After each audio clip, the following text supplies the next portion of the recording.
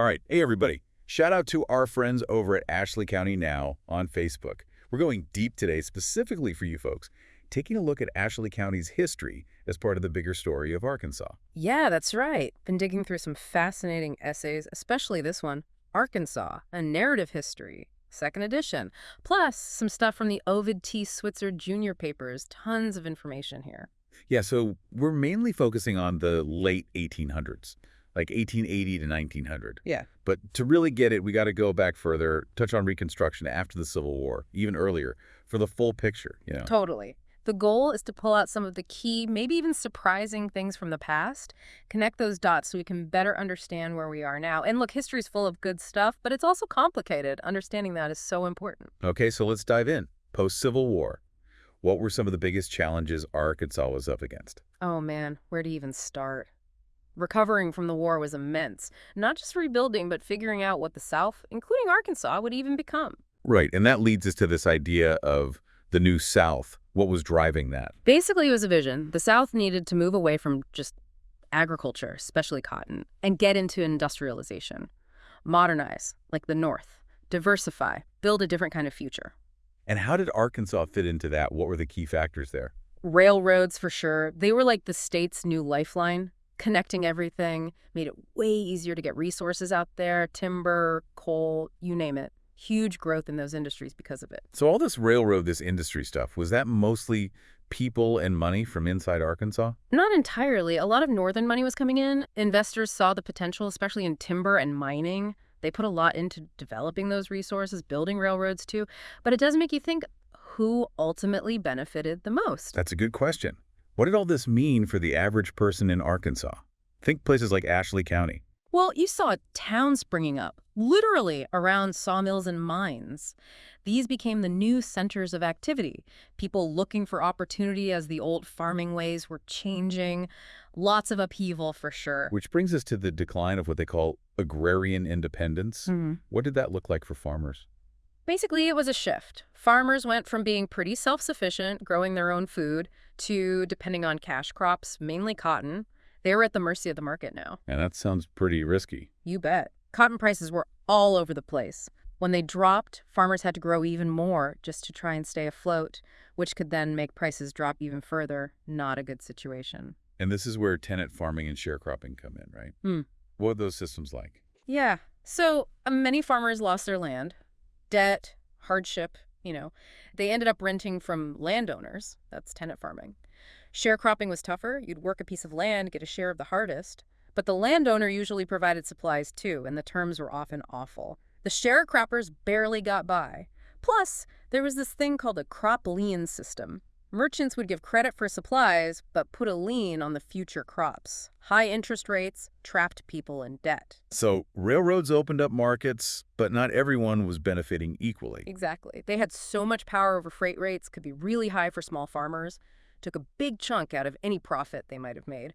And on top of that, the railroads themselves were speculating on land, driving up prices, made owning land even harder. Farmers were getting hit from all sides. Did they try to organize, fight back at all? They did. The agricultural wheel started right in Arkansas, 1882. It was all about addressing the economic problems farmers were facing. They pushed for fairer credit, regulating those railroad rates, things like that. And that became part of something bigger, right? The populist movement. It did. The agricultural wheel was key in that. Populism was all about empowering everyday folks, farmers, laborers. They saw corporations and banks having too much influence. They faced a lot of opposition, though. What were some of the biggest hurdles? Oh, for sure. The Democratic Party was strong in Arkansas after Reconstruction. They fought the populists every step of the way, manipulating elections, even playing on racial prejudices to divide people who could have been allies. Those racial divisions were a huge obstacle, hard to unite poor white and black farmers, even though they were both struggling. Let's dig into that political landscape a bit. The sources talk about the Democratic Party consolidating power after Reconstruction. How do they do that? Well, after Reconstruction officially ended in 1877, they went right to work, basically rolling back the gains Black Arkansans had made. And there's this 1891 election law. Seems like a big deal. What did that do? That was a big one. Made it much harder to vote, especially for black men and poorer whites who might have supported the populists. Local officials had a lot of power to reject ballots. Basically, they controlled who could vote and who couldn't. So it wasn't just that one law, was it? Other ways to keep people from voting. Oh, yeah. Poll taxes, so you had to pay to vote. Literacy tests, often rigged against certain people. And voter registration rules were a mess, always changing, all designed to keep certain folks away from the polls. And like we said, the populace tried to challenge that. What were their main ideas? Why did they struggle in Arkansas? They wanted stuff like direct election of senators, government control over railroads and banks, and more money in circulation to help with debt. Good ideas, but they ran into a wall.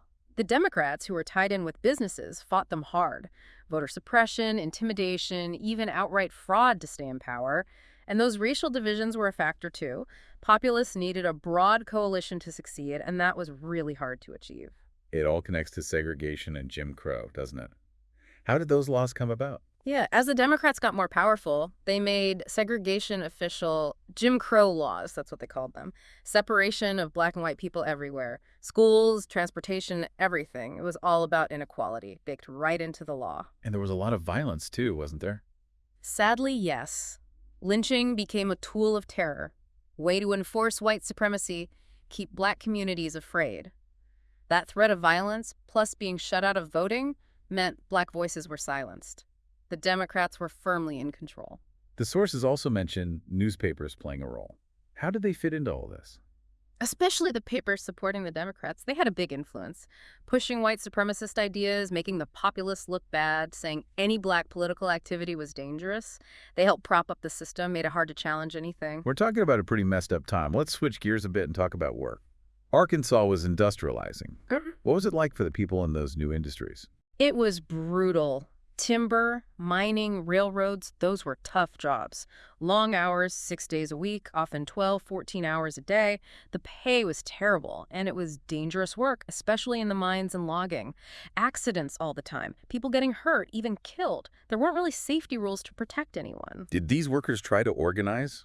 Push for something better? They did. You saw the beginnings of labor movements in Arkansas, the Knights of Labor, the United Mine Workers, the UMWA. They tried to form unions, demand better wages, safer conditions, some kind of protection from being exploited. There was a big coal miners' strike in 1894, trying to get better pay and conditions. Didn't really succeed, though. Sounds like it was a real uphill battle. Oh, yeah. One problem was racial division among workers. Employers played on that to keep black and white workers from uniting. The Democrats were pro-business, so labor laws were weak and rarely enforced. The government was no help, and employers would bring in strike breakers, sometimes from different racial groups, which just made the racial tensions worse. Plus, in timber and mining, people moved around a lot, so forming strong unions was tough. All that effort. But it must have had some kind of impact, right? Laid the groundwork for later reforms. Definitely.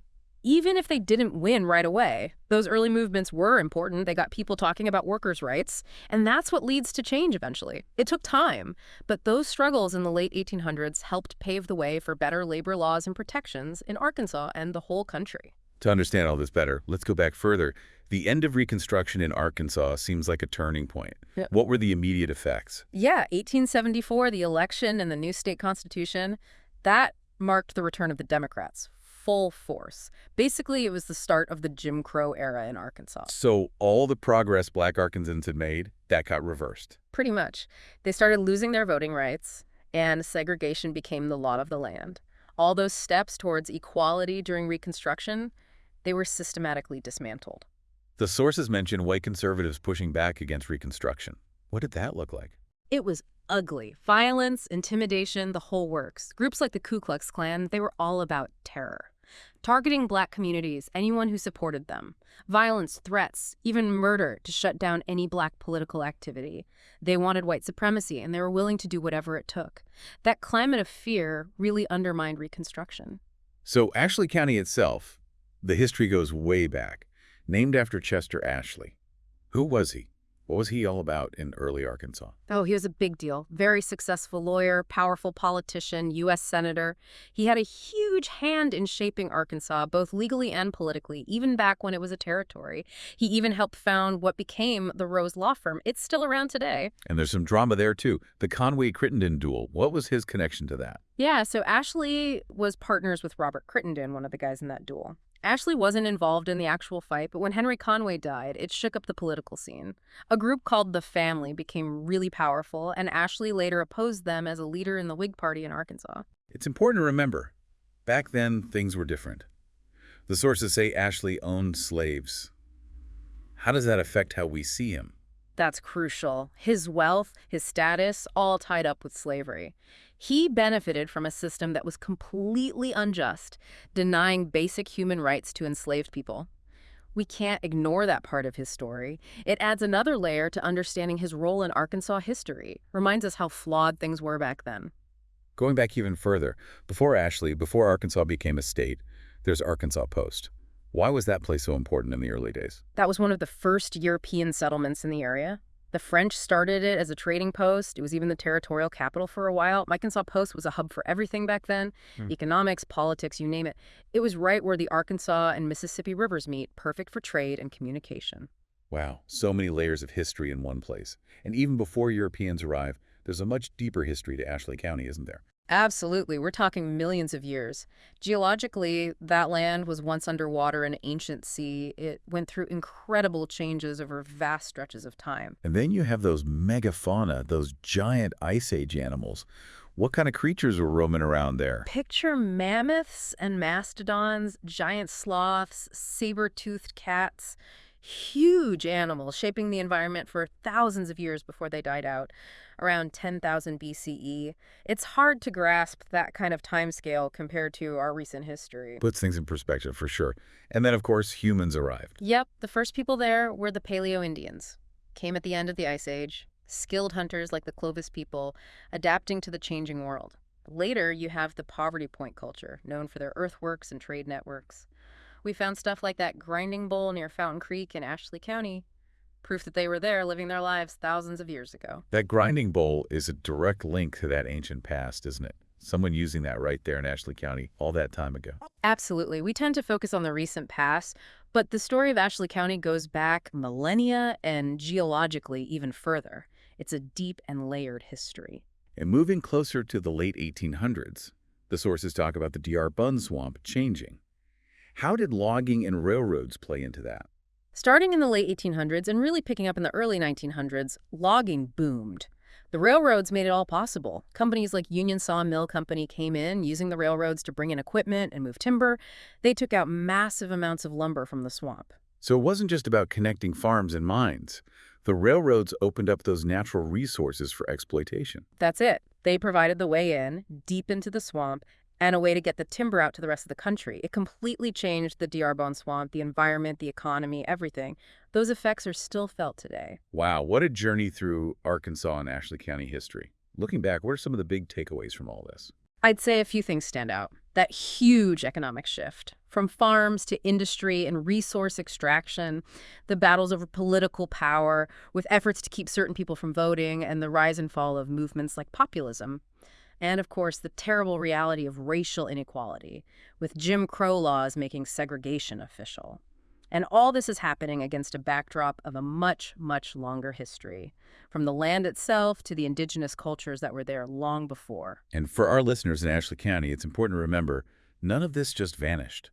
It all shaped the Arkansas and Ashley County we know today. Couldn't agree more. Understanding this history is key to understanding Arkansas and Ashley County today. The economy, the politics, the social issues, it all has roots in this period, the late 1800s and before. So for friends at Ashley County now, something to ponder. How does this past connect to their present? Maybe think about how those big economic changes, the fights for political power and the legacy of racial inequality, are still affecting Ashley County. How do those patterns from the past, resource use, development, social relations, how do those influence the community today? Exploring those connections can help us understand the present, maybe even shape the future. That's something to think about, for sure. Thanks for taking this deep dive with me. It's clear that the history of Arkansas and Ashley County is rich, complex, and very much alive today.